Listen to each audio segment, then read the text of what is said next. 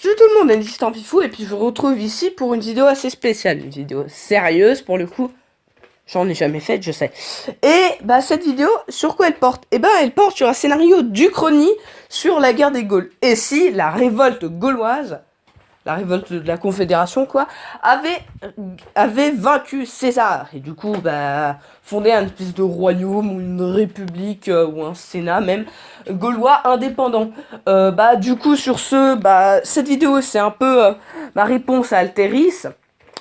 Enfin, c'est pas vraiment une réponse, mais c'est mon propre point de vue sur ce scénario, vu qu'il a déjà fait une vidéo qu'elle présentait des scénarios des abonnés. Je vous mettrai la vidéo et le lien de sa chaîne dans la description. Sur ce, bon visionnage.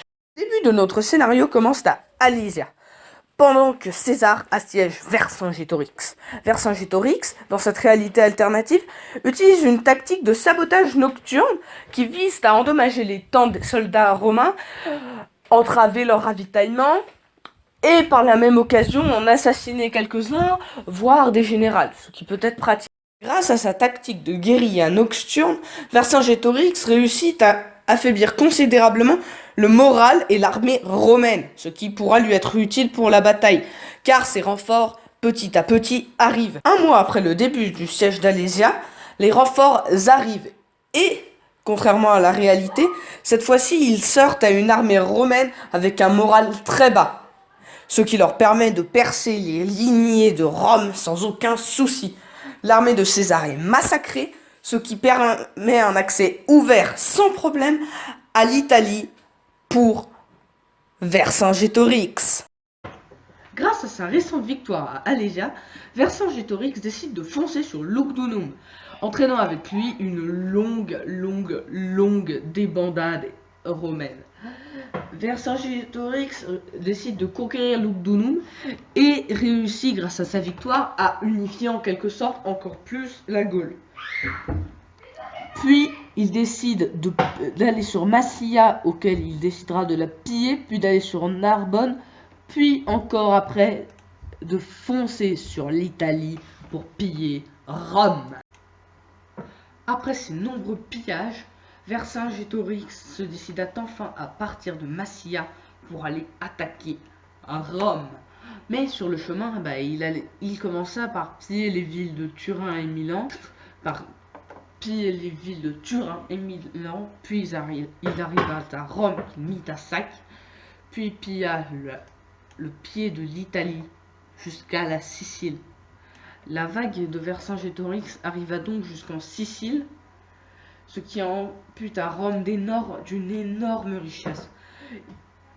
Après, sur les livres d'histoire, on décompta que plus de 10 tonnes d'or fut pillées et ramenées de la campagne d'Italie. Après la guerre des Gaules, un état fédéral gaulois surpuissant se fait créer, s'étendant de la côte atlantique de la France aux Alpes suisses. Une véritable confédération surpuissante prenant presque la totalité des tribus gauloises. Les conséquences de la victoire de la guerre des Gaules par Vercingétorix seront premièrement qu'il y a un empire capable de faire contrepoids à l'influence romaine, bien que les Parthes pouvaient le faire, mais ils étaient pas trop occupés sur le front à l'époque, vous savez. Et premièrement, vu que César soit mort, la République reste une République, il ne vire pas en empire.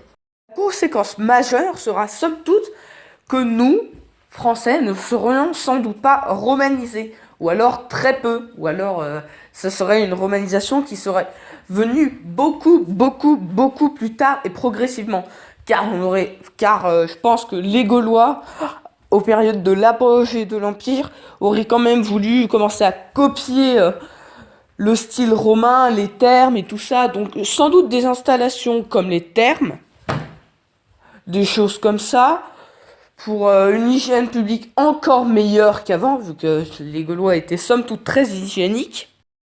Une autre des conséquences serait que, il y aurait eu encore un commerce qui se serait refondé. Bon, ça c'est pas trop une conséquence, mais bon, un commerce se serait refondé, favorisant encore une fois une petite goutte comme ça de romanisation, et du coup ce commerce il serait devenu florissant, et je pense que l'économie romaine comme gauloise, n'auraient pas trop supporté, comment dire, le stoppage du commerce, car Rome produisait énormément de vin, ressources que les Gaulois ne possédaient pas et dont ils raffolaient. Au final, ce qui en serait le plus ressorti, ça aurait été que notre langue aurait été parfaitement modifiée. Elle ne serait pas composée à la racine de environ 80% de latin, mais plutôt environ 70% de celte, pour 15%, pour 20% de latin, je veux dire, et une dizaine de pourcents de grec à mon avis. Ce qui aurait parfaitement changé notre langue, se rapprochant à mon avis un peu plus d'une langue germanique, comme de l'anglais ou de l'allemand, mais ayant quand même quelques racines communes. Et également, je pense qu'il n'y aurait pas eu vraiment de retard technologique. Au niveau de l'armement, de la colonisation, je ne sais vraiment pas ce qui aurait pu se passer là. C'est plus un exercice d'imagination ce qu'on doit faire pour comprendre ça. Et puis, voici surtout ce qui aurait changé. Et je pense qu'à l'époque des envahisseurs barbares, les Huns, les trucs comme ça, une coalition romo-gauloise aurait très bien pu se produire pour pallier à un envahisseur, ou alors ils se seraient littéralement fait défoncer chacun de leur côté. À savoir, on ne sait pas ce que l'histoire nous aurait réservé. En tout cas, j'espère que la vidéo vous aura plu. Oui, je vous ai dit vous, parce que je vous vois. Et si c'est le cas, n'hésitez pas à mettre un pouce bleu, ou t'en mets pas si t'as pas de compte, et à t'abonner à la chaîne. Tu le fais pas si t'en as pas envie. Et je dis un grand merci à Alteris pour m'avoir inspiré, même s'il le sait pas. Et n'hésitez pas à aller vous abonner à sa chaîne. Je mettrai tous les liens dans la description. Sur ce, c'était Stampy Fou. Peace!